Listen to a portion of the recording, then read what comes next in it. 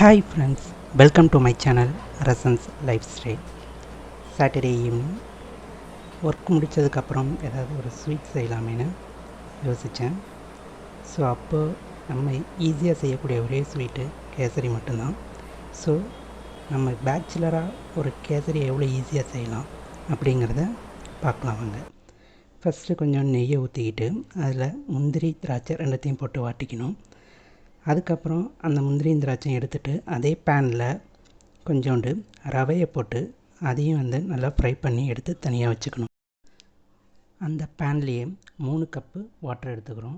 இந்த கப்பால் தான் நம்ம 1 கப் ரவை எடுத்திருப்போம். 1 கப் ரவைக்கு 3 கப்பு வாட்டர். ஸோ 3 கப்பு தண்ணி ஊற்றி முடிஞ்ச பிறகு அது கொதிக்கிற வரைக்கும் வெயிட் பண்ணுவோம். ஒன்ஸ் அந்த தண்ணிலாம் கொதித்ததுக்கப்புறம் கொஞ்சோண்டு ஃபுட் கலர் ஆட் பண்ணிக்கணும். ஃபுட் கலர் தேவையில்லைன்னா கூட நீங்கள் குங்குமப்பூ தண்ணியில் ஊற வச்சு அதை கூட ஊற்றிக்கலாம். அப்படி இல்லைன்னா பைனாப்பிள் ஃப்ளேவர் அந்த மாதிரி ஏதாவது ஒன்று கூட நீங்கள் யூஸ் பண்ணி அதை மிக்ஸ் பண்ணிவிட்டு அதுக்கப்புறம் நம்ம ஃப்ரை பண்ணி வச்சுருக்கிற ரவையை அந்த தண்ணியோடு சேர்த்து நம்ம கட்டி பிடிக்காமல் நல்லா மிக்ஸ் பண்ணிக்கிட்டே இருக்கணும். ஓரளவு கொஞ்சம் கெட்டிப்பதம் வந்த பிறகு நம்ம 1 கப்பு ரவைக்கு 1 கப்பு சுகருங்கிற கணக்குக்கு எடுத்துக்கிறோம். ஸோ அந்த ரவையால் அளந்த கப்பாலேயே 1 கப் சுகர் எடுத்து ஸோ அதையும் போட்டு மிக்ஸ் பண்ணிக்கிறோம். மிக்ஸ் பண்ணிவிட்டு இந்த டைமில் 1 ஸ்பூனு நெய். ஸோ நம்ம லாஸ்ட்டாக எந்தளவுக்கு நெய் சேர்க்குறோமோ அந்தளவுக்கு நமக்கு டேஸ்ட் அதிகமாக இருக்கும்.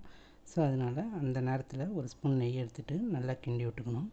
அதுக்கப்புறம் கொஞ்சோண்டு ஏலக்காய் இடித்து போட்டுட்டு அதுக்கப்புறம் நம்ம வறுத்து வச்சுருக்கிற முந்திரியும் திராட்சையும் போட்டு நல்லா கிண்டி எடுத்துட்டோம்னா நல்ல டெலிஷியஸான ஒரு கேசரி ரெடி ஆகிடும். அவ்வளோதாங்க, ஸ்வீட்டு நல்லாவே வந்துருந்துச்சு.